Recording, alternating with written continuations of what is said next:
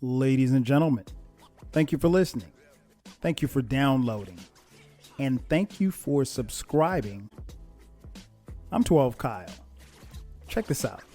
On this episode, this is part 2 of our 2-part discussion on the 1995 Source Awards. So if you missed part 1, which was last week, stop this podcast and go back and listen to part 1 because you don't want to miss that. On this one, my boy Eclectik, who's co-hosting with me, we're going to break down the Source Music Awards. We give some deep insight on the Eazy-E tribute. We also break down the categories and talk about what the Source got right and what they got wrong, and if this is even possible to do again. And of course, we get into a deep dive about the quote unquote East Coast, West Coast beef, which allegedly, depending on who you ask, started at the Source Awards. That and so much more. So sit tight. After the break, we'll present to you part 2 of the 1995 Source Awards with my boy Eclectik. We'll be back in just a second.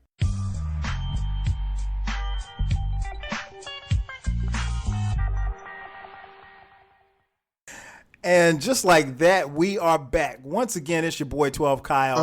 And of course, I'm joined by my homie, my mellow, my man, Eclectik in the building. E, what up, baby? What up, what up, what up? Yeah, favorite podcasters,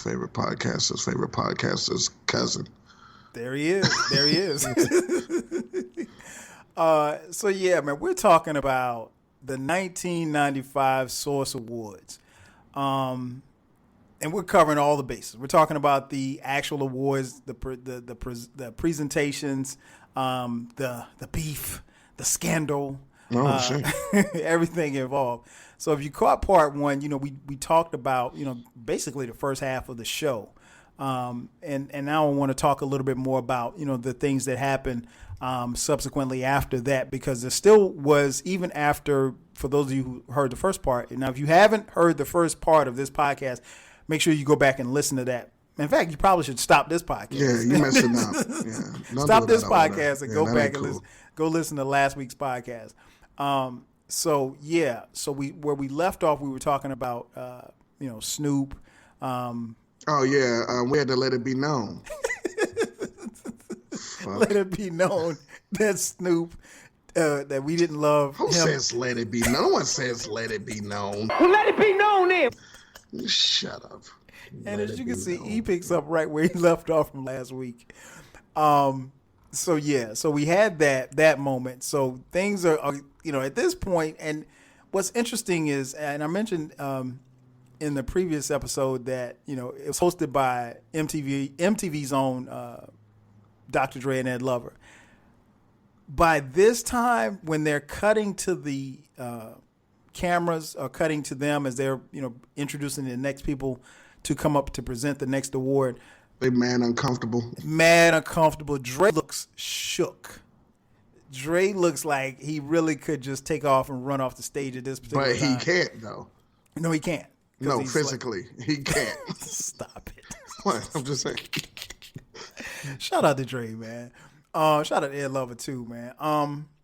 So that's where we are. And then, so that happens and people are really looking around like, okay, we don't know what the hell's going on. Ironically enough, after that, they have to give out a Lifetime Achievement Award to the late, great Eazy-E. As many of you know, Eazy-E passed in 1995 from complications of HIV/AIDS. And, that was tough, man. I mean, for those of you listening, there was no internet. So it was, for me, it was a shock. And I'll get your opinion on the E. It was a shock because, like, I remember someone actually coming on TV and announcing, or maybe it might have been not TV, maybe it was the radio. They announced that Eazy-E had AIDS.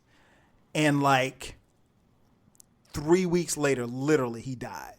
Like, we didn't get a chance to see him again. We didn't get a chance to, like, say goodbye or anything like that. Like, it was like the first week of, February, maybe middle of February, they announced that he was HIV positive or he had AIDS. And like by the middle of March, he was dead. It's crazy. What do you remember about, Eazy-E and, his untimely death? I just remember, again, like you said, there was no internet. I mean, it wasn't. Damn sure wasn't any social media. Nope. 95, it wasn't even blogs. Nope. Not at all. not even a blog, not a podcast, wasn't invented, an iPod wasn't even, so you just hear stuff on the news. News is going to spin stuff however they're going to spin it. So, of course, immediately it was like, oh, shit, he was gay. All right. Mm-hmm. Because according to, popular opinion and thought, that was the only way you could get whatever. And then he died. It was mad sad. But the reason why it was mad sad to me, well, one, you don't want nobody to die, but he didn't get a chance to get back with the fellas. Yeah. He was still on the outs with the fellas. And so that's the part that sucked because on a personal note, I'm the only person that you guys will ever listen to or know that prefers Eazy-Duz-It over Straight Outta Compton. You're right. You're the only one. I love Eazy-Duz-It. That is probably my favorite West Coast. And much like E, you wear your pants for easy access. Yeah, that's right. Man.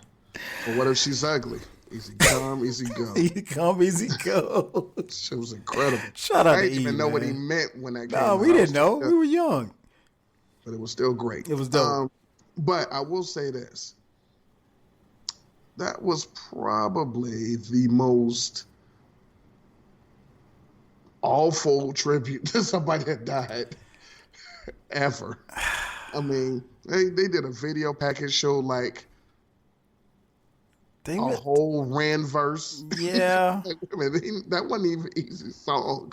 Yeah. It wasn't that good. And then nobody come out to be like, shout outs to his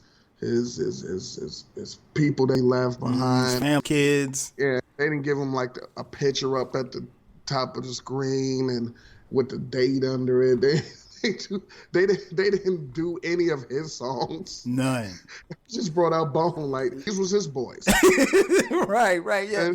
And Bone just did a medley of their hits. Of their hits, right. They did 3 songs and got the hell off the stage. That's what was interesting. When I watched it, I was like, okay, well. It was terrible.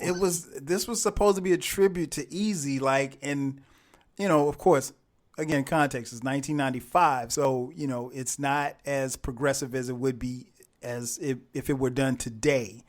But, you would think, okay, well, somebody should come out and do We Want Eazy, or somebody should come out and do Dope Man. Whatever the case may be, do his. If Jermaine Dupri died, they were like, well, here comes Crisscross, and they just going to make us jump and miss the bus. Like, wait a minute, what happened? Right. And so yeah, it was, and I just looked it up here. Yeah, Eazy was admitted to the hospital on February 24th of 1995. He issued an official statement from his camp on March 16th, and unfortunately he passed away on March. What day did he die? March 26th. So They said the government did it. I mean, hey, who knows?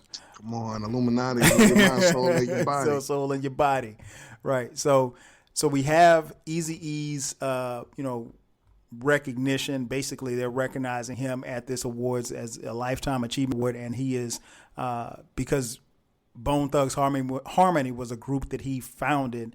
Bone comes out and they do a 3-song tribute to E, I guess, if you want. But tribute to their discography. Yeah, I mean, you really can't call it a tribute because they did First of the Month and Crossroads, and they didn't even let his verse go on the shit. Wasn't he on Thuggish Ruggish?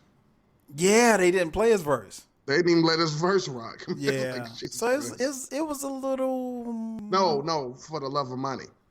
It was a little bootleg. I mean, but the Source tried. That's about all I can say. They tried. So we had that.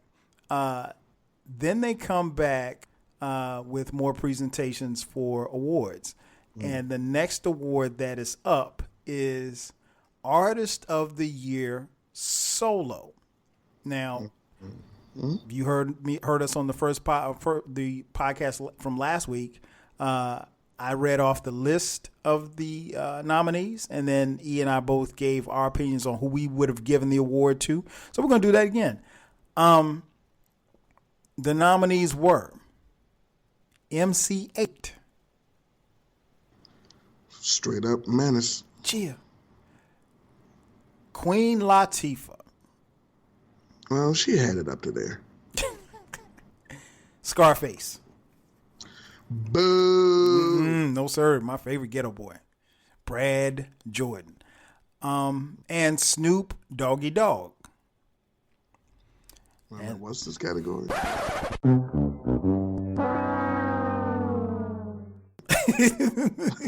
No bullshit. Artist of the Year solo. How? Who are you giving this to? None of them. You got to give it to somebody. And the winner goes to nobody. Wait, hold on. Wait a minute. Artist of the Year, bro. Wait a minute, give me these nominees again. MC8. Uh-huh. Queen Latifah. Uh-huh. Scarface. Uh-huh. Snoop Dogg. Wait a minute. He's beside himself. So Biggie was nominated for a ton of shit and won a ton of shit, but he wasn't even one of the artists of the year solo. I mean, Craig Mack wasn't one of the artists of the year solo. The Brat wasn't one of the artists of the year solo. I'm not sure how you can be nominated for lyricist of the year and not be nominated for artist of the year. None of the people you name except for Snoop even was at the awards. Come on, man. You know 8 was there. 8 was not up there because he would have run up there and beat shot at DJ Quick. You're right. He probably wasn't there then. You know, it ain't no damn way he was there. He would have went outside. Queen La was probably not there. No. She's probably making a movie or something. Face. No, Face wasn't there. No. Face Come on. What is this? That's the worst category that you've named in the last 2 weeks. That shit is terrible. All right, so no, I'm not giving it to anybody. No, I'm leaving. I'm throwing the envelope away. Man. Ladies and gentlemen, we have award show history. E walks off the stage with the envelope in his hand. I would have been up there like, hey, and the nominees are MC8, Queen Latifah, Snoop Dogg, Scarface, and Scarface. Nah. And I would have walked out like, nah. Method Man couldn't have, come on, man. I would have gave it to Eazy-E before these people. I want to say that was around the time where The Diary was out, so it would have been Face for me. Okay. Yeah. Now, but the winner was Snoop Dogg. Well, let it be known then. Which oh my God, man. And what's interesting is that, and you mentioned it on last week's podcast, was that prior to this award being given out, the presenter was Puff. Puff was the presenter. So before Puff actually started listing off the nominees, he tried to make peace.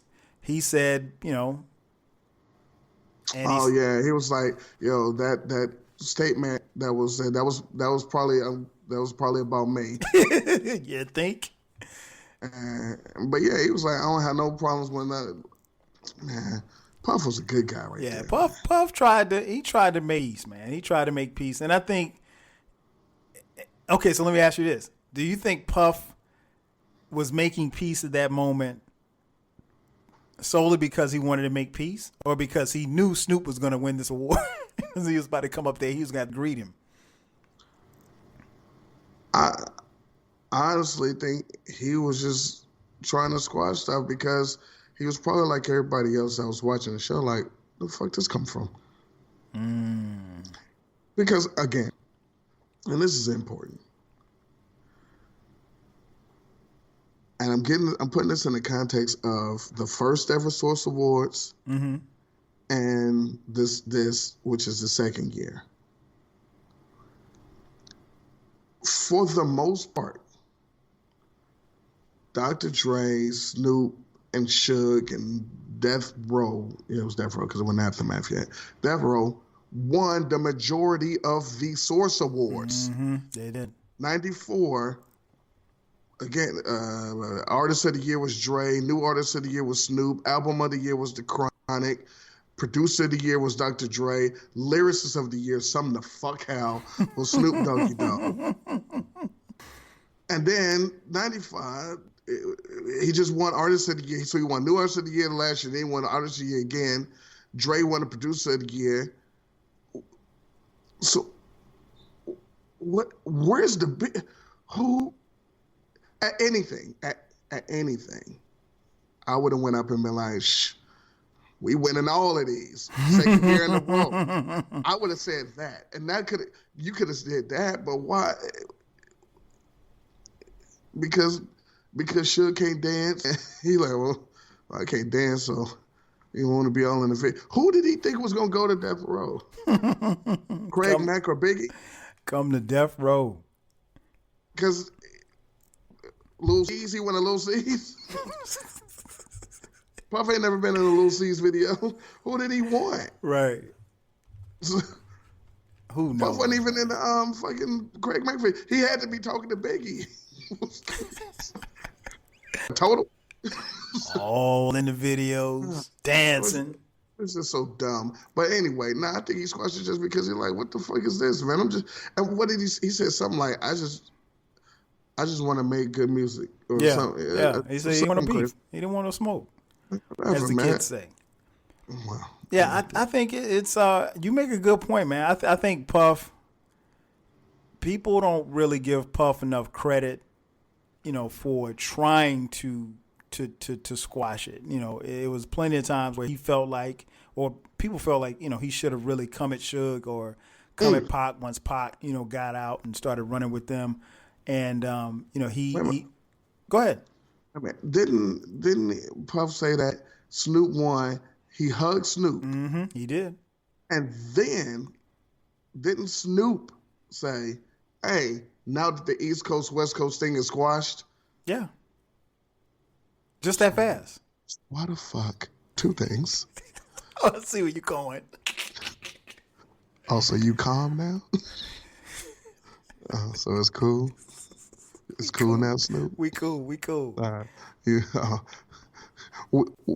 we let it be known. Well, let it be known then. We let it be known that it's squashed. Yeah, okay. 2,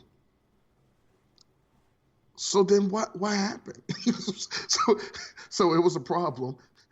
The one dude that you was talking shit about was like, nah, man, I love everybody. Big ups to Dr. Dre, Snoop, and he said Suge. Mm-hmm, he did. Y'all good, we good. Snoop come on there, they hug. Snoop said squash. So why Biggie and Pac ain't still alive? I know the reason. It's because fans are stupid as fuck. It's crazy. So Snoop gets up there. He wins the award, which he wouldn't have given it to him anyway. But he wouldn't have even got it. He wouldn't have got on stage. So we have that moment. So by this time things have I guess died down a little bit, or at least what we thought. So Snoop was calm. Right, very calm. Like I said, gave Puff a hug right there on camera. Yeah, let it be known. Let it be known.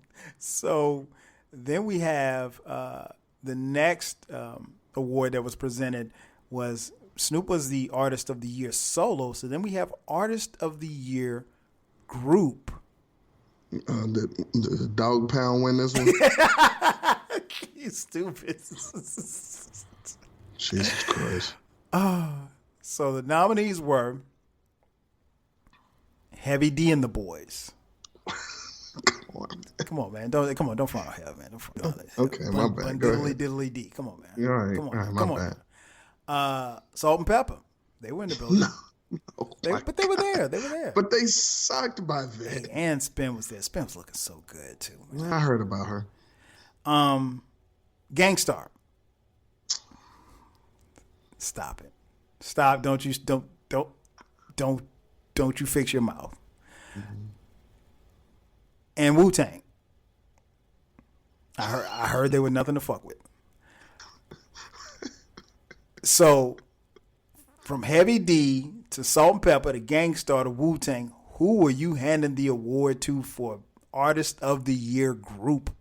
Oh man, I mean, just like they gave Run DMC the Pioneers thing, I gotta give it to Salt and Pepper. I mean, they did so much for hip hop, and especially that year. Man, if you don't shoot their ass on out of here, man. I thought it was my platform. I thought I was about to say. Go ahead. Yeah, you're right. Go ahead. The floor is yours. You know, you can express yourself that year, or shoot or something. Or talk about sex. Yeah, baby. You know? The mic sound nice. They should do the Kawhi remix. Nah, man. You can't have taking that thing and Wu-Tang don't win. I mean, it's terrible nominees. Right. Anyway, I mean, listen, I love Heavy D and the Boys. Mm-hmm, same here. I have no problem with Heavy D and his boys, Eddie F, G Wiz, and Trouble D Roy. Listen, I am an ally. I'm rolling, but no. Because I'll ask, where was Mobb Deep? And they were in the building because they actually presented an award too. Yeah, I mean, Mobb Deep couldn't have been in there. Yeah, because by that time, the Infamous was out. I know. I mean, P-Rock and Seal Smooth, Diggable Planets, they couldn't have been. Like, they could have got Beat Nuts. Or Outkast. Nah, they was the new. They was the new group.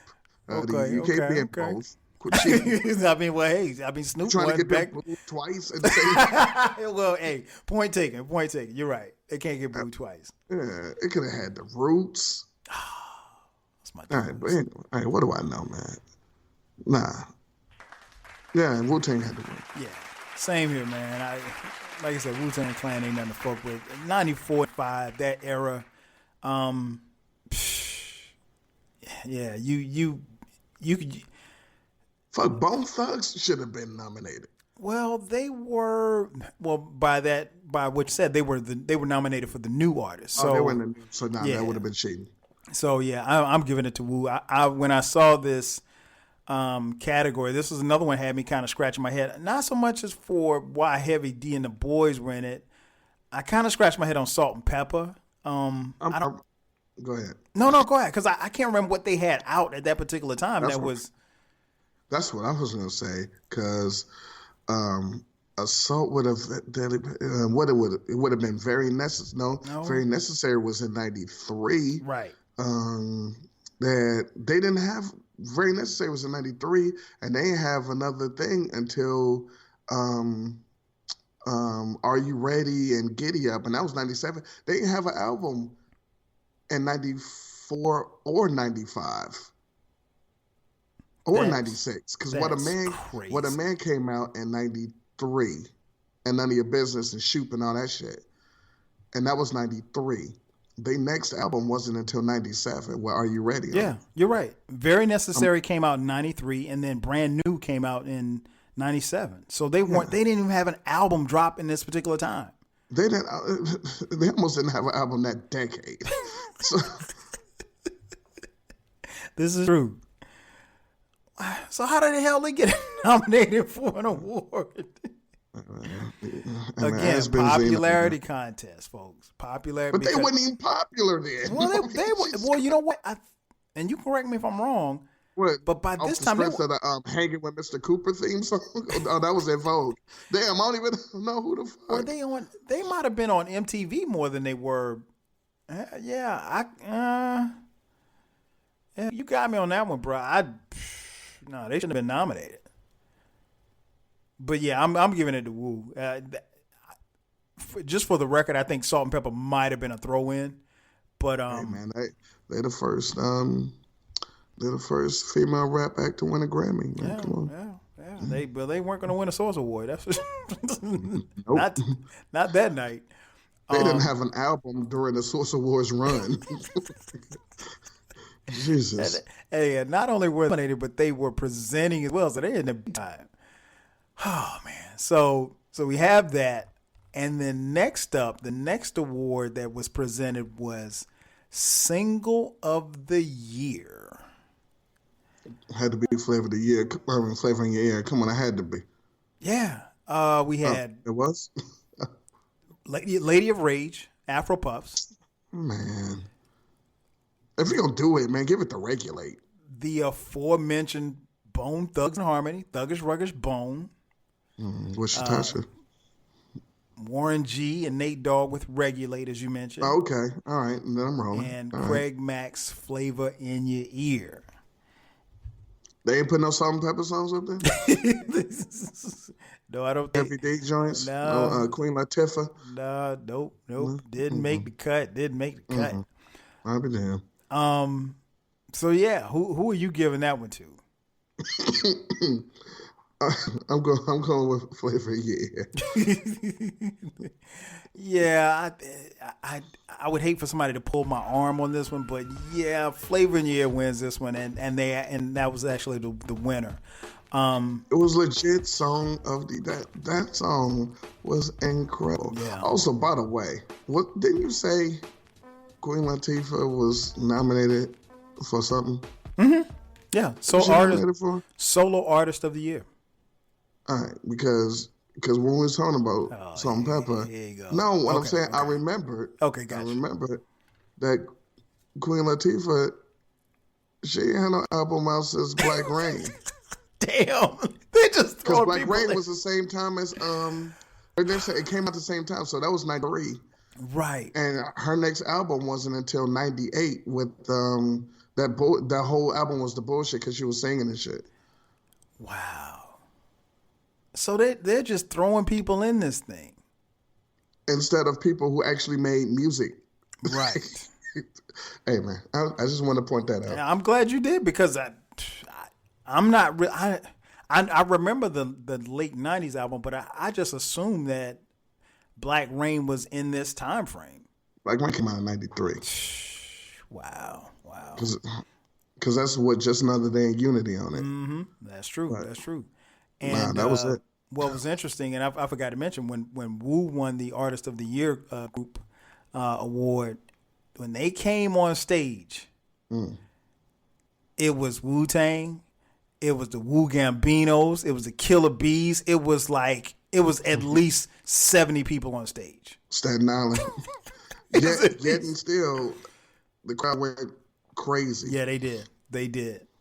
And I think like Raekwon said 2 words, and Ghostface said a couple of words, and RZA said something, and I don't even think ODB said anything. It was just then they got the hell off the stage. But it was literally, I mean, if you got time, count them up. 70 people on stage, no lie. So after that award, so we're winding down in the show. We go to so we did Single of the Year. And of course, like I said, that went to Craig Mack. Then we had a performance by Method Man. Oh, okay. That's when he went in the crowd. Mm-hmm. A very live performance. I enjoyed that performance. I mean, if you've seen Method Man perform live, you know he gives you 1,000% of energy. He's in the crowd. I think people are a little surprised that Meth would jump into the crowd, but he was in the crowd, standing on top of doing everything. But it was a live performance. Hey, that's the only nigga. Yeah. He was on I Got My Mind Made Up and The What? He's neutral. He's Switzerland. This is true. He's safe. And he also told us that he saw Biggie put in the pad. Yeah. He said, I was right there. He wrote that verse. Oh, that line, that killed me every time I think about that. So we come to the end of the show, and then we have a nomination for. Actually, there was one award I think that they announced that actually a couple of awards that were given, but they weren't aired. Reggae Hip Hop Artist of the Year. I don't know who. Petra? She was there actually. Still, Lucy Burton won. No, the winner was Mad Lion. Oh, okay. My bad. I gotta take it easy. Oh man, I didn't get Mad Lions. Did you get Mad Lions album? Oh no, I didn't buy it, but I enjoy Mad Lion. I enjoyed them a lot. Okay. To tell you the truth. I mean, he was down with the QDP, man. Come on. Yeah, of course. Well, I'm gonna not like somebody down with Chris. True indeed. And another award that was not aired was the Best Acting Performance. Was given to Ice Cube for his role in Higher Learning. So I like that. Shout out to Cube in that. Again, these are awards you have not seen since. Mm-hmm. This is incredible. I wish I made money like you so I could revive awards. But I wouldn't, because fuck all of these people. That's why I got to do my podcast. I got to give back the old awards. Yeah, you do. And that's one of the reasons why. And for those of you listening, I actually didn't come up with this idea. Me and my man Dig Game had talked about doing this a couple of years ago. We just never got around to doing it. And I know that you did. So shout out to Dig for coming up with this idea. And I know you did the awards on your podcast, and I know like you did 84, and like I was listening to it, and I was like, some of these awards, like but it sounds really, really good and really dope when you have awards that fit. And one thing I can say, other than the source throwing some of these people in here, these were good awards. I thought these were really, really good awards, but the final award that was given that particular night that was actually aired was for the album of the year. Mm-hmm. I don't know what happened. I don't remember who won it. So who are the nominees? There was another award before I forget, there was another award that was not aired for live performer of the year. Was it Wu-Tang? Was it Math? Biggie. Oh boy, they just be sitting there. Yeah, Biggie. Yeah, yeah, that's cool. Yeah, sitting in a chair. Mm-hmm. So, album of the year. Again, context: 1994 to 1995. The nominees were Scarface, The Diary. Oh my God, man! Come on! No, don't do that! Don't do that! Shut up. Shame on you. Started a small time dope game cocaine. Hey, man, that's what I'm talking about. Started dope game cocaine. Yeah, that's when he was dope. Not Scooby Dooby Doo. This guy. Fuck up. The Notorious B.I.G. Ready to Die. Mm-hmm. Outkast. Then we get an album like retroactively like 3 stars or some shit. Like, go ahead. Outkast, Southern Playalistic Cadillac Music. We're gonna get high. There you go. Now you're talking. Come on, man. And last but not least, Nasir Jones's Illmatic. Hold on. So here's the problem. Tell me the problem. Here's the problem. Now, people are not going to think I'm going to go where I'm about to go because you guys don't think the way I think, which is good.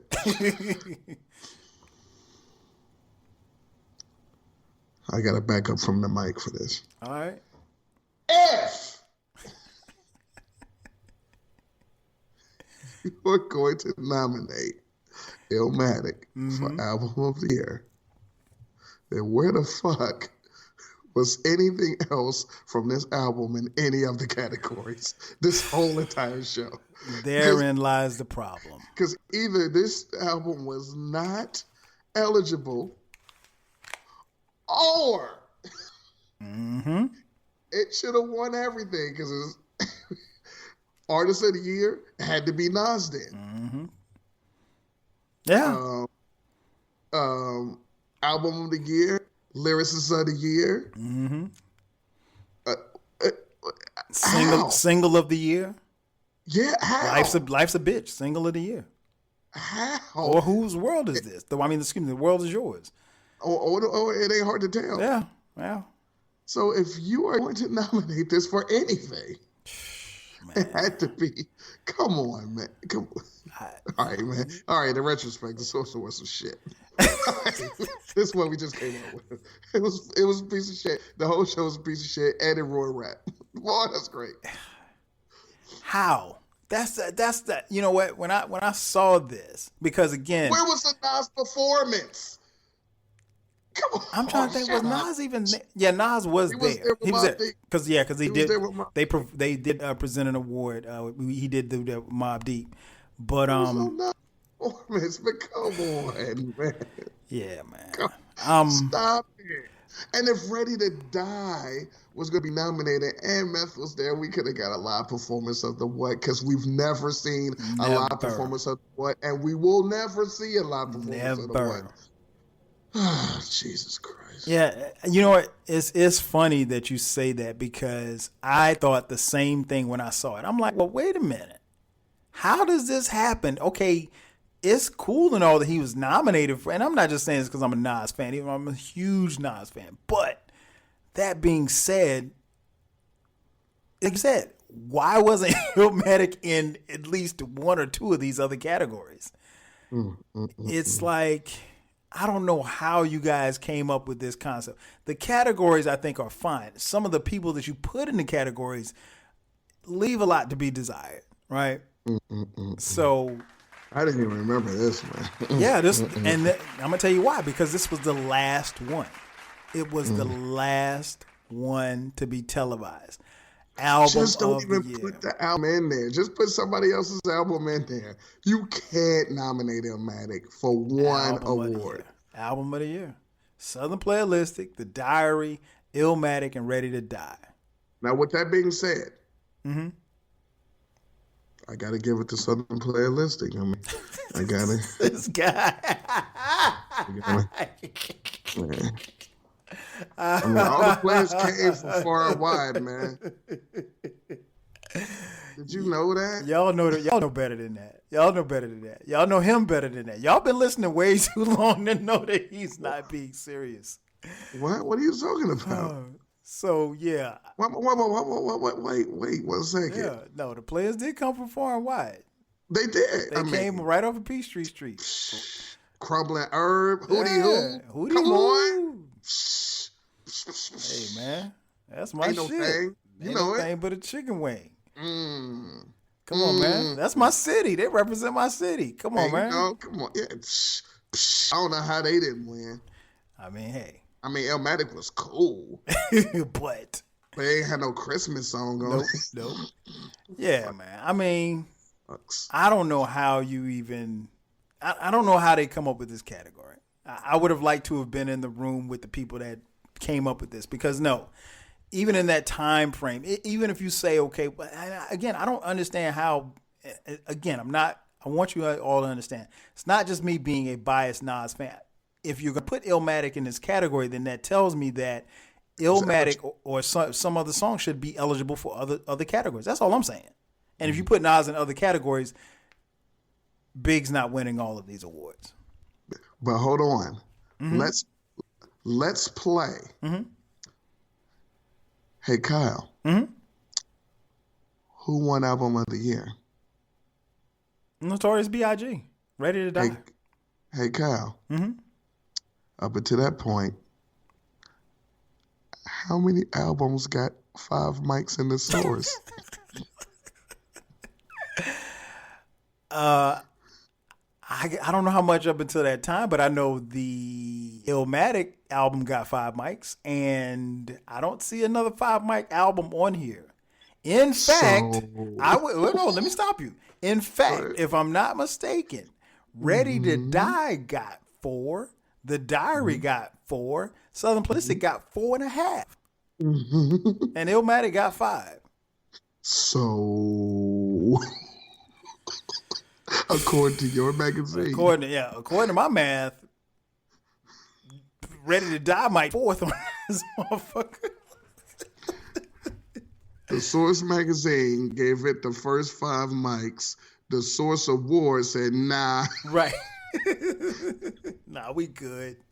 All right, man. All right. Okay. And therein lies the problem. again, folks, I want you to understand what he just said.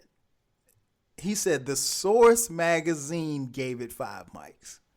The Source Awards didn't give it the album of the year. Come on, man. This is the greatest hip hop album we've ever reviewed, but it's not the best one this year. Huh? What? Wait, what?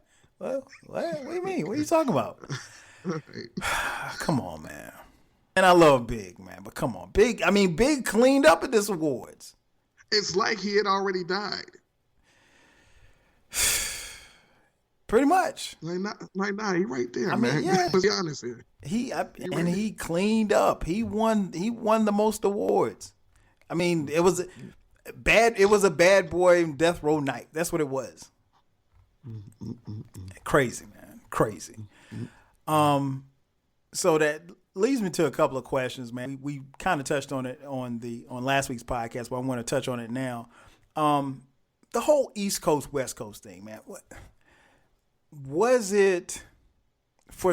Okay, I really want you to speak to, in your answer, speak to someone someone who wasn't born then, or maybe they were just in Pampers. What was the East Coast? What was it?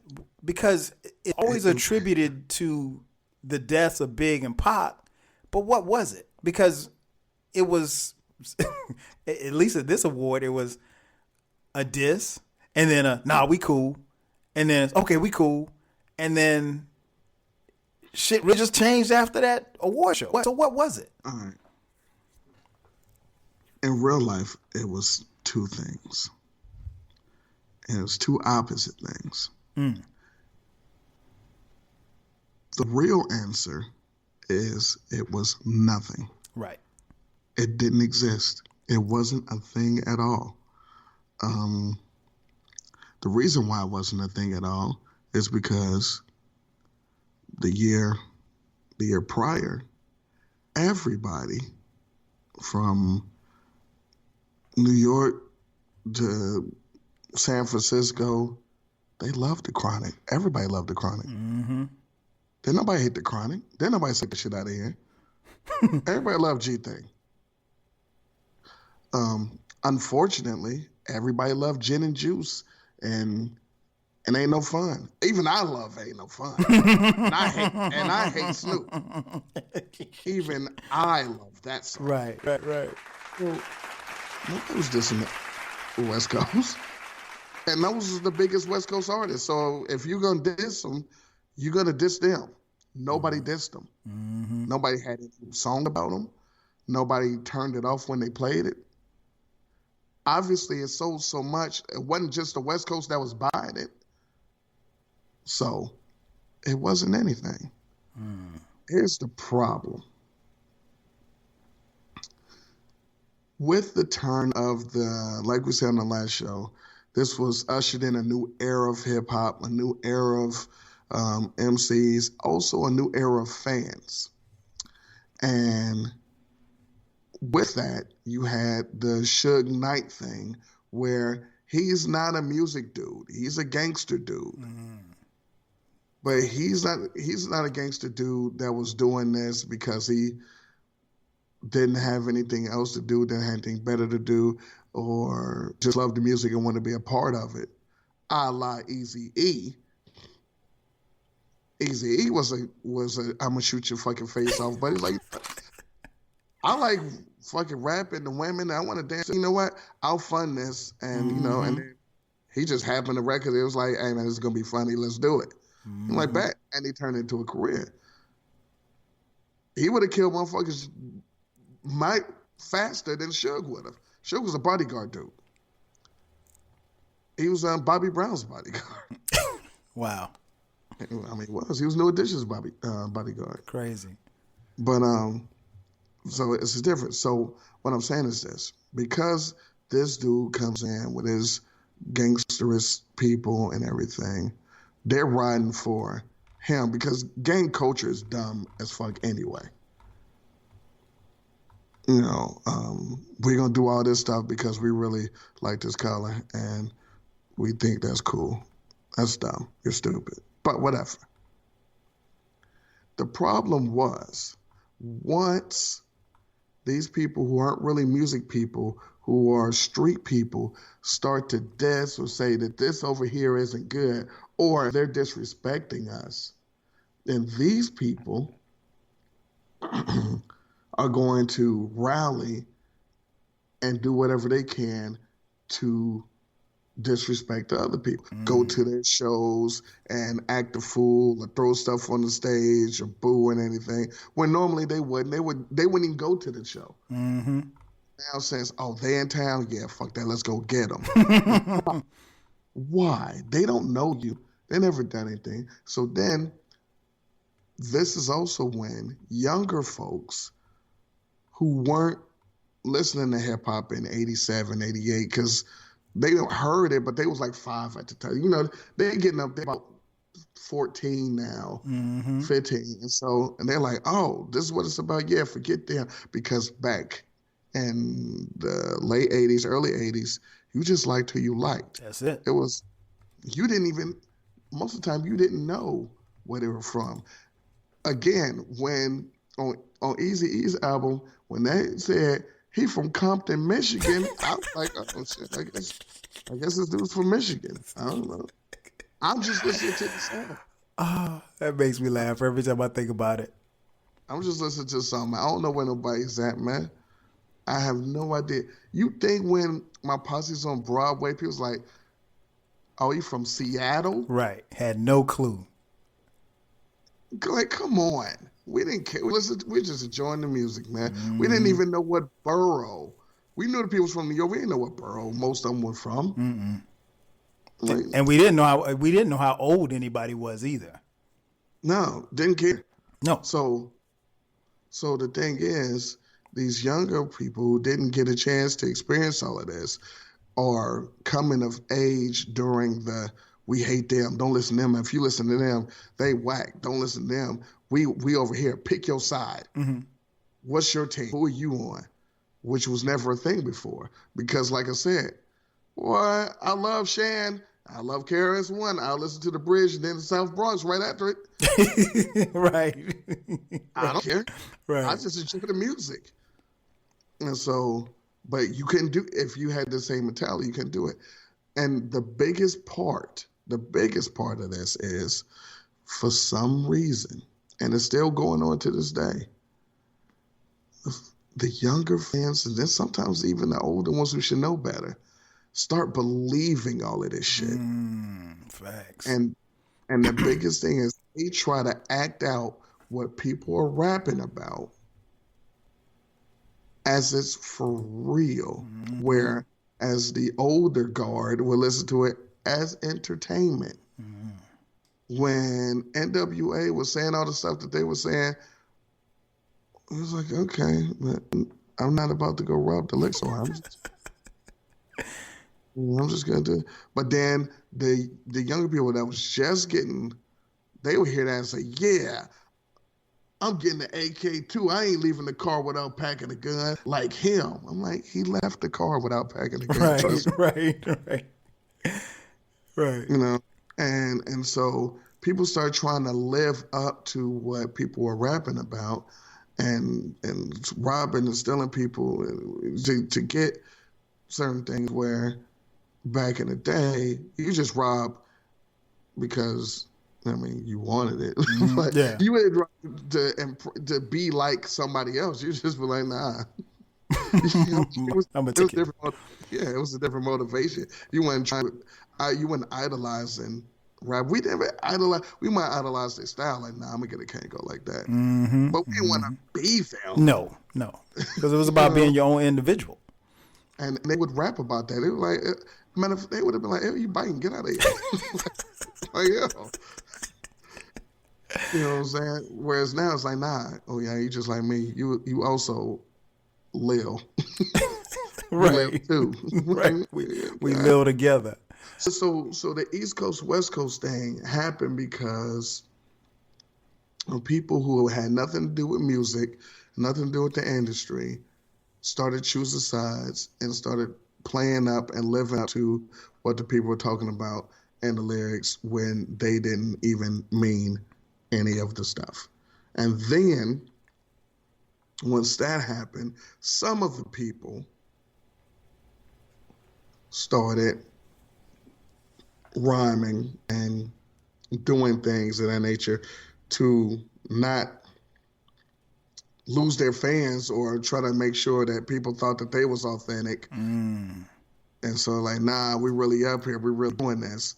Where in real life, no one does. It's like Harris once said, if you're a gangster, why are you rapping? This is true. It's so true. Anytime you were really going to do some dirt, you wouldn't rap about it. Nope. Case in point, Cool C and Steady B on death row. They ain't never rapped about doing no things. They ain't never said nothing about a gun in their raps. Never. Talk about a glamorous life. But they was on that. They did that. But only an idiot would rhyme about it. Yeah, you implicate yourself. Yeah. Ghostface spent time on Rikers, but he didn't rhyme about what he did. Nope. It was just, hey, why you guy ain't really on the 36 Chambers album so much? Come to find out, he was locked up. Sure was. He had verses. Right. And it Just didn't there. matter. Yep. But, later on, that would have made him cool as fuck. Mm-hmm. Meanwhile, people are like, get you got out of here. So, but, years later, we're like, nah, that's the real one. He the real one because he went to jail. It definitely changed. It changed everything. It changed the way people thought. And I know at this time when the Source Wars happened, like you mentioned on the first podcast, you and I both, we were in college at the time. You were at Grambling State and I was at South Carolina State. So, and I want to go back to something you just said, which is very interesting, as far as people changing about how they viewed it and how they decided who they were going to listen to. I know where you stand, but your crew, your friends, the people that you ran with Grambling, maybe your homeboys back home, did you see where, with this whole East Coast, West Coast thing, were there any people that you ran with or knew that they kind of drew a line and said, well, it was like, okay, well, I like Snoop and Dre. I ain't fucking with Big and Puff. Did you have people like that in your area? Not necessarily, to an extent. Okay. In school, it was different because in school, it's an empire. Yeah. Everybody's from everywhere. Yeah, true. So you're going to hear everything. I mean, you go in the student union, they were playing All Eyes on Me, and then they were playing, Nas and Biggie. Mm-hmm. So it was like, whatever, that's how I heard. If it were left to my own devices, I might not have ever heard some of those songs. I damn sure wouldn't have heard any of the Master P stuff. I wouldn't have known what Bout It meant. It is because of Grambling that I learned that Bout It rhymes with rowdy. I did not know that Bout It and rowdy rhymed. But boy, thank you, Percy Miller. I never really thought about that, but yeah, being in Grambling, you would be exposed to Master P. I will never forget one day walking from class, going back to the dorm, and this Cadillac was going down the street beside me, playing some really, really loud, fucked up music. And I was like, this dude is bold as fuck for playing that shit so loud, and his cassette deck is trash. What screw? Wow. Wow. Not the chopped and screw. Wow. I was like, oh, it's supposed to sound like that. I was like, his shit's fucked up, and he cranked it. Yeah, I didn't like it the first time I heard it. I ain't like it the second time I heard it. I'm just saying. So college is different, but some of the people back home, they went towards the West Coast stuff and the and the Southern stuff for the most part. I've always been, New York centric person. Mm-hmm. People say I'm biased, but I liked like my favorite shits is like different. Mm-hmm. Like Eazy-E, like I said, Eazy Does is my favorite joint. I love love. If Eazy-E and NWA never existed, I would have been 100% King T. I love King T. Wow, you and my Jay Fresh are the only King T fans I know. Like, Act a Fool, the album Act a Fool is incredible. Yeah, he had Act a Fool. We used to play it all the time in the car. And I love Above the Law too. Shouts to Cool 187. Cold and 187. Total Chaos. Yes, sir. Yes, Total sir. Chaos, Go Mac and Lay Law. But and then like I said, Big Mike on the South. I like people that can rap. Yeah. So I don't know. I'm weird. I don't go off. Even though it's the buzzword, now I don't go off the vibes. I want to hear something. Right. But that East Coast West Coast thing, it had a lot to do with people who had nothing to do with music.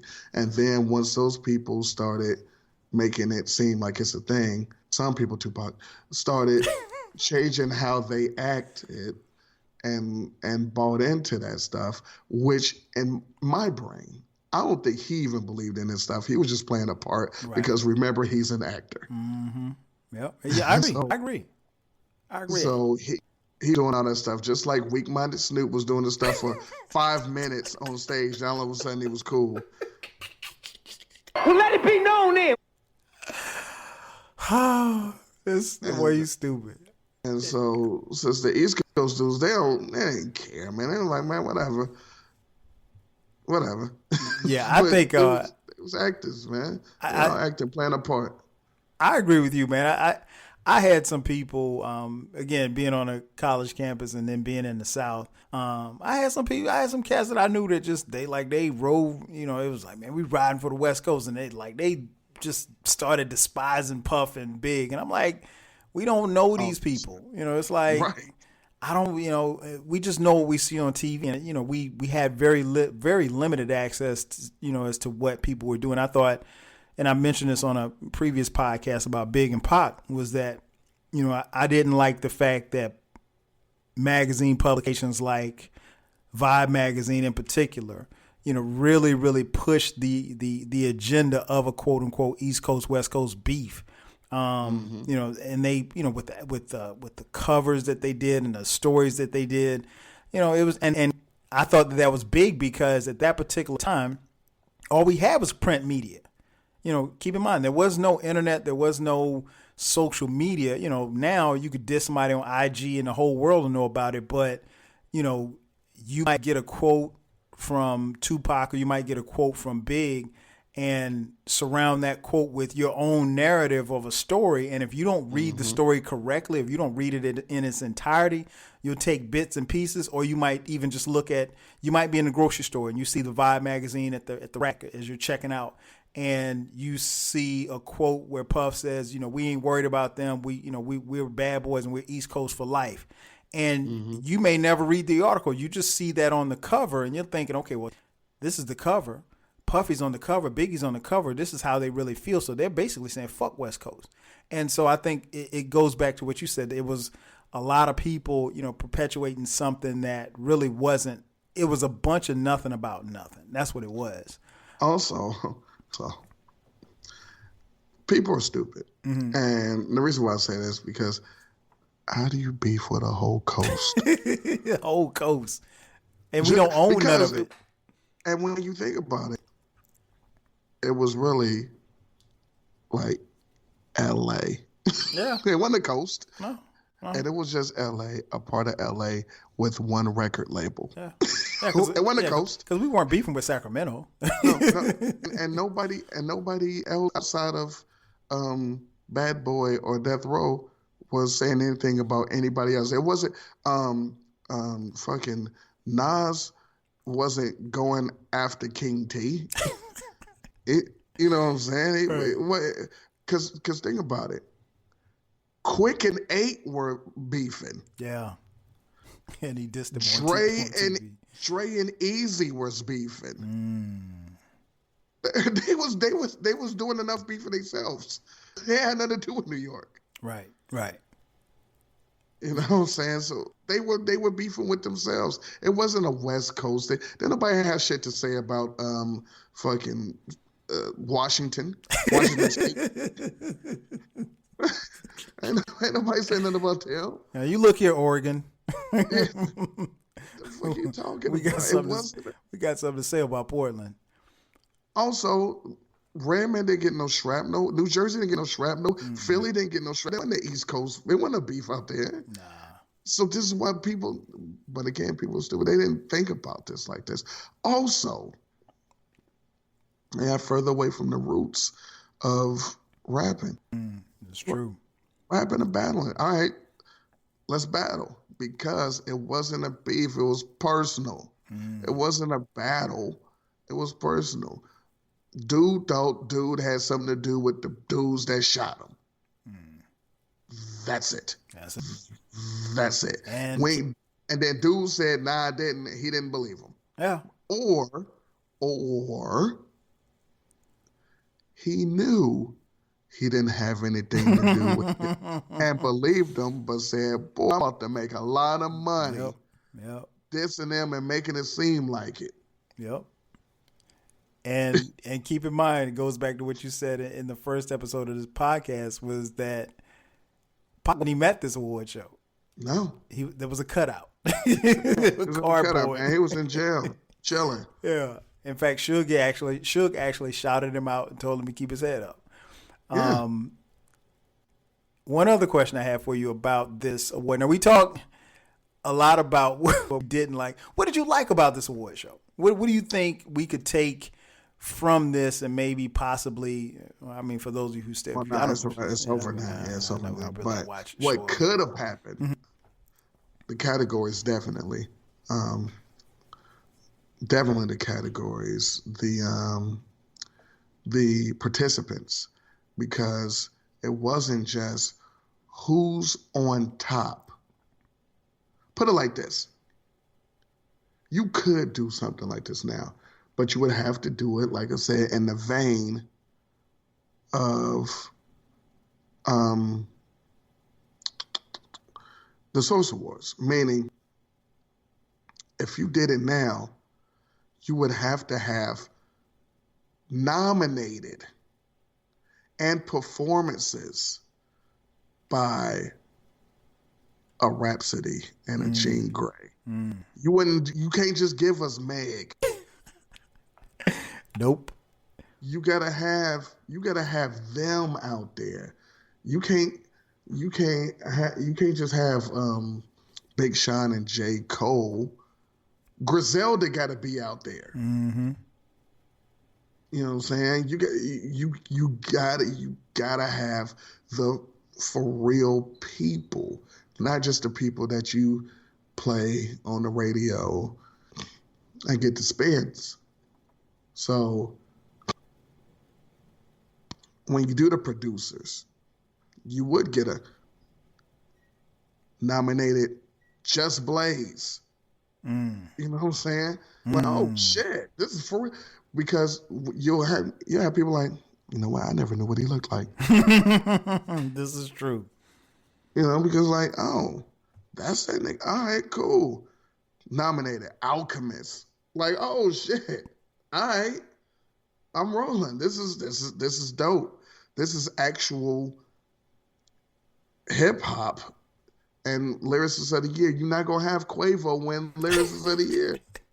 If he does something seriously wrong.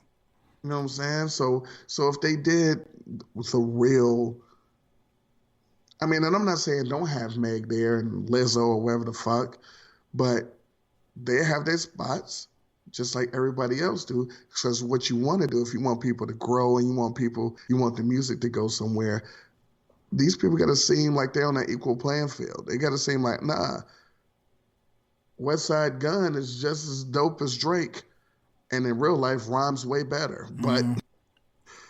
But you wouldn't think that when Drake got 13 awards and you've never mentioned the other guy. So I mean, stuff like that.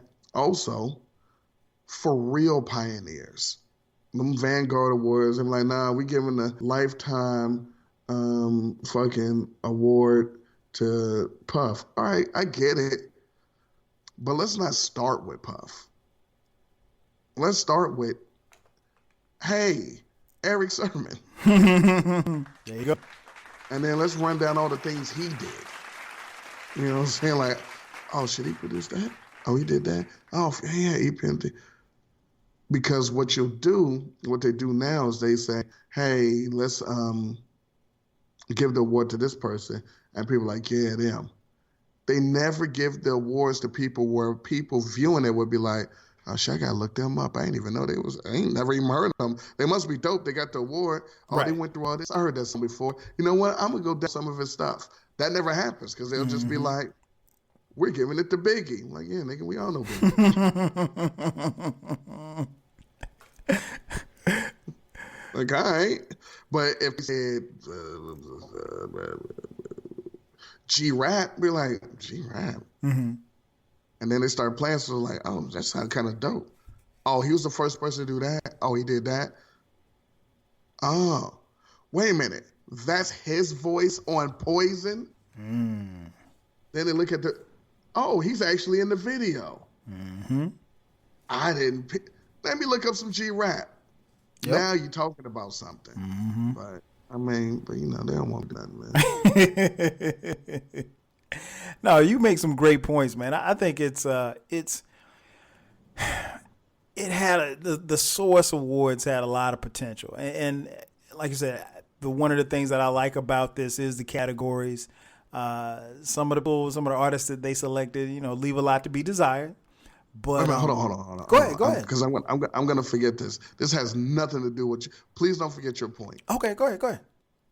This has nothing to do with anything we were just about. It's just something that I remembered. Mm-hmm. You know the rapper Travis Scott, very famous guy. Travis Scott. Yeah, I've heard of him. He's a rapper. Never heard him rap, but I've heard of him. He got a lot of Nike collabs too. Yes. He's with one of the Kardashians or the Jenners or one. I don't know. Jesus. Yeah. I mentioned at the bar one day. I didn't know his real name isn't Travis Scott. It's not? No, why you call your rap name Travis Scott, but that's not your name. It's just weird. But then I remembered Tupac's name isn't really Tupac Shakur either. No, it's Tupac Amaru Shakur. No, and I think and I don't think that was his birthday. He was born something else. Born like Lassane Crooks. His name was like Lassane or LaShawn or Lassane Crooks. Right. But I totally forgot about that. Like you were just like, nah, it's just Tupac. Like, nah, it's not even Tupac. But are you gonna name yourself Travis Scott and your name is Travis Scott? All right, I'm done. But go ahead, please finish what you were saying about the stuff. You know what? I picture what you just said in a tweet. I could just see you just tweet that. Like, but I'm not on Twitter. Yeah, anymore. I know you're not on Twitter. This sucks. But yeah, it's like I said, man. I think it had a lot of potential, man. I think they meant well, and I think it had the potential to go in a direction. Now, one of the reasons why I wanted to do this podcast is what I wanted people to understand is the 1995 Source Awards wasn't as bad as they made it out to be, but it wasn't as great as it was made out to be either. It was very decent. I mean, I guess relatively speaking, it had some highs and lows, and I think we highlighted that over these two podcasts. I think it's interesting when you look back on it. And again, I mentioned this before, and I'll say it again. I would encourage everybody, once you've had a chance to listen to these podcasts, go back and watch it. It's actually a pretty good watch. The audio is pretty decent on it, relatively speaking, for 1995. You'll be able to get something out of it. I think, much was like E said, much was made about the East Coast, West Coast thing. I don't really think it was that bad. And I think we had some funny moments. I mean, and I really 69 boys, come on. No, really, the funniest moment, actually, I never really thought about it until I didn't think about it until you said it. Like, literally, 10 minutes go by, Snoop is ready to ride on everybody in the spot. He comes out there and Puff extends the olive branch, shows love. And what's interesting is, you get a chance to watch the clip, when Puff announces that Snoop wins, even though he said, I got no beef, I got love for everybody, he kind of shakes his head like, this motherfucker. Like, if you watch the clip, he's like, he doesn't say anything verbally, but his body language is like, oh, shit. Like, now I got to go. I just said ain't no beef. And, and the camera show him. He walks up to Snoop, opens his arm, and they hug and everything like that. And Snoop, they were, everything cool, East Coast, West Coast. Now all of a sudden, that's cool. Well, let it be known then. And that, I never thought about it until you said it just now, because it literally happened. It literally went from 0 to 60 within and we're talking maybe with a TV commercial, maybe 10 minutes time, if that. Yeah. So we had to let it be known. We know we on East Coast. We know East Coast in the house. Well, none of this all squash. You fuck. Oh, you. And here's the thing. This just goes to show you, what happened, because, okay, if everything's cool according to Snoop and everything's cool according to Puff, at the end of the... according to Dre, and according to fucking... Who's the dude? Suge, we would assume, but he didn't say it, but everybody actually voiced it. Right, everybody voiced it, but then when the war show is over, a couple months later, Pac gets jail, and it's on and popping. I mean, I don't know. Because of Suge. If Suge would have never made that speech or thing, none of it would have ever happened. So you think if that doesn't happen, we still have Big and Pac? We still got Big and Pac. We still got Source Awards. We still got the Source. We got everything. If he would have never did that came out of nowhere, none of it would have happened. We probably would have even had a Pac Biggie album by 98. That would have been dope. It would have been dope if it would have happened before the crash. I truly and honestly, of course, I truly and honestly believe if he wouldn't have never said that, nothing would have happened. Also, that award show, the amount of people who are no longer with us. Yeah. Oh, man. You're right. Craig Mack was there. No longer there. Yeah. Heavy D. Yeah. Gone. Trouble T. John Boy. Singleton. Yeah. Yeah. Nate Dogg was there. Not there. Jam Master Jay was there. Not there. Prodigy was there. No longer with us. OB was there. No longer with us. And Biggie. Damn. That is crazy. Biggie, ODB, Jam Master Jay, Prodigy, Nate Dogg, John Singleton, Heavy D, Craig Mack, Trouble T. Roy. Yeah. Damn, man, that's crazy. You're right. Just from that show. And again, this is 1995, so it has not been that long. No. Wow, it's crazy. It's crazy. So, as we wrap this up, we're going to put a bow on it. My last question for you, man. Yep. Can we ever get, maybe not even with the Source, but something close to this? Because I've gotten to a point where, just on a personal, I don't really watch. I ain't gonna say really. I don't watch the Grammys. I don't watch any award shows. I used to do BET, but I don't watch that anymore. I used to watch the BET Hip Hop Awards, but again, as I mentioned in the other podcast, you just watch the Cypher on YouTube. Yeah, just watch. Exactly. There's no reason for me to sit through. And then I think because they filmed it here in Atlanta, I would always know who the winners was, like the night that they taped them. So why would I sit through 2 hours of tape delay when I know who the winners are? I'm not doing that. So can we get back to that or something close to it? There is a need for it. And the reason why I say there is a need for it is because, see, the Source Awards was different than your American Music Awards and Grammys and all that, because the Source Awards were the culture. It wasn't just music, but they gave John Singleton's out there. They gave Ice Cube for higher learning. All this shit, bro. Mary J got an award. Yeah. Yeah. So the reason why I say it's needed and the right person needs to do it is because you're not going to get the award for Get Out. You're not going to get the award for Issa's not going to get the award for Insecure. Love her. Or Flower is not going to get an award. But all of those would have happened in the Source Awards. They would have been like the nominee for the TV, Insecure, Power, Atlanta, Snowfall. You know what I'm saying? You ain't gonna get that anywhere else. They're not gonna be nominated for nothing else. But here, they would have had a Source Award for that. You would have got what's the shit that I was watching? The Boys, when Mary J. Blige was on that the Amazon show, The Boys, she would get nominated for that.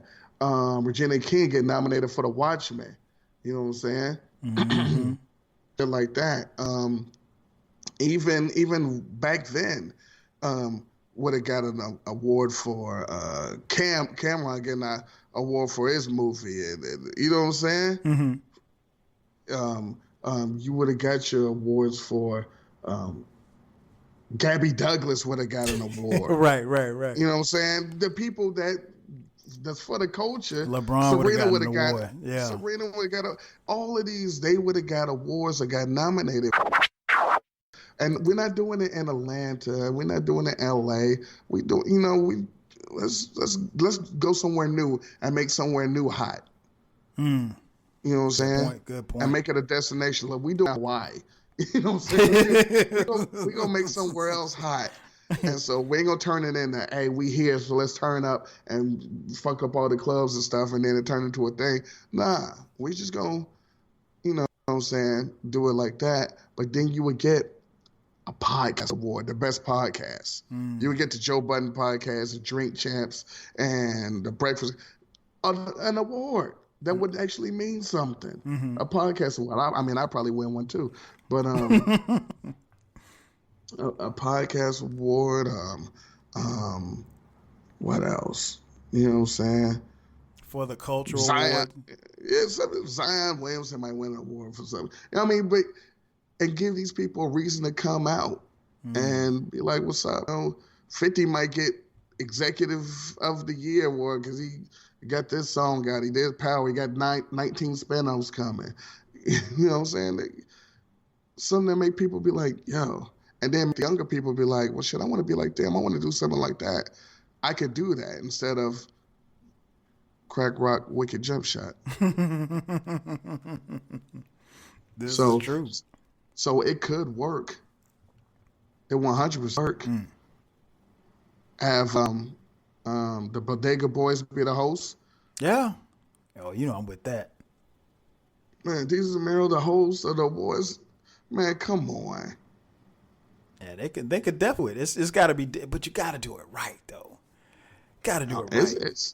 It's 100% possible, but yeah, it can't be like Oprah can't do it or Tyler Perry can't do it. Or Terry Crews. Nah, this gotta be his. And no, we don't need Lil Duval hosted. Nah, we need Jesus Romero hosting. We need the right performers. You know what I'm saying? And man, you could for real turn it into something crazy. But it got to be funded by the right people. It got to be on the right channel. Yeah, man. It can't be tape delayed either. Nah, matter of fact, don't even do it if you could actually put it together, man, just put it on the streaming service, man. Have it live on Netflix or something. Yeah. You know what I'm saying? Just be like, nah. I mean, if they did it right, I'd give them $10 for it. I'd pay for it. Please don't do it like YouTube did the MTV 30-year award for Yo MTV Raps.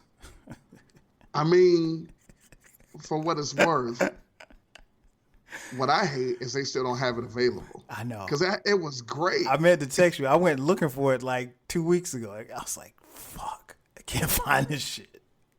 At a ball watching it, and then after it was over, I was like, man, I want to see that thing again. Oh, we can't? All right. Yeah.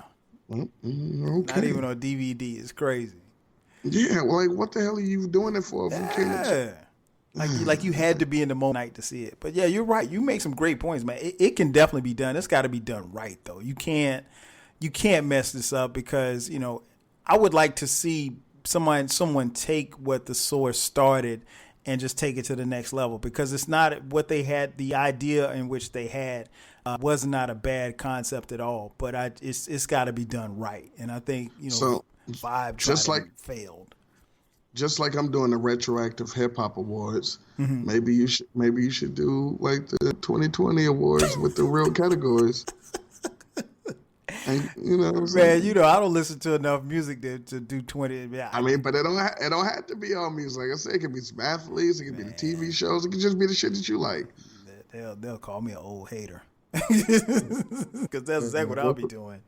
Welcome to the club. Yeah, you get your skirt ass out of here, man. We don't. Yo, when I watched Narcos, did you watch Narcos? Nah, not yet. Man, I watched Narcos Mexico season 2. That, from all intents and purposes, I'm sure, is set place in the 80s. Mm-hmm.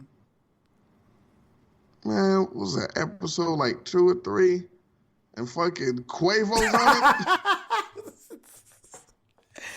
Yo, you know what? Somebody put a clip or something like on Twitter. I put it on Instagram with it. He was like, "Nah, you gotta whip it like a stir fry." Yeah. I saw. You know what? I saw that on your IG, and I thought it was a joke. Nah, that's Narcos. Nah. I'm like, but people didn't even look like. All right, man. Okay. Right. You got on fake gazelles and gold chains and tattoos on your face. That wasn't the 80s. No, it'd have been committed if you had tattoos on your face in the 80s. God, it's crazy. You realize how wild we thought Dennis Rodman was? Right. All he did was dye his hair blonde. And he's tame now compared to some people. Tattoos, piercings, and, you know. He's an investment broker. Man, we get it. You know what? That's a great place to end it right here, man. So we're going to put a bow on this one, man. Before we get out of here, I know you're not any longer on Twitter, but tell people where they can find you at, where they can find the podcast. Listen, I'm no longer on Twitter, but all of my tweets. Do you miss Twitter at all? Of course I do. Do you really? Oh, look at y'all. So everybody, let's all together, folks. Oh, yeah, man, the Clec got something to say. So, I mean, my tweets are still dope, and I got plenty of content on there. So at I am eclectic, at one gotta go, at Tweet Rhymes Life. Go, man. Hit the media, scroll down, and enjoy yourself. Eclectic Discussion Podcast, Apple Podcasts, Spotify, SoundCloud, Stitcher, Encyclopedia Hip Hop Podcast, same places. Instagram, at Eclectic. Shut up. He's much better on Instagram than he ever was on Twitter. I'm trying to get my Encyclopedia Hip Hop Instagram doing some stuff, so you can also follow that. But you know, hit me up, and if you like what we up to, just hit me up on one of them. Be like, yo, what can I get some more? I'll be the plug. There it is. Yeah, so, and you guys know where to find me. You've been listening long enough. All streaming services where you can find the podcast free. That's where I will be. So that's going to wrap it up, man. The 1995 Source Awards in the bag. So for my man Eclectic, I'm your boy 12 Kyle. We'll catch you guys on the next go round. 5,000.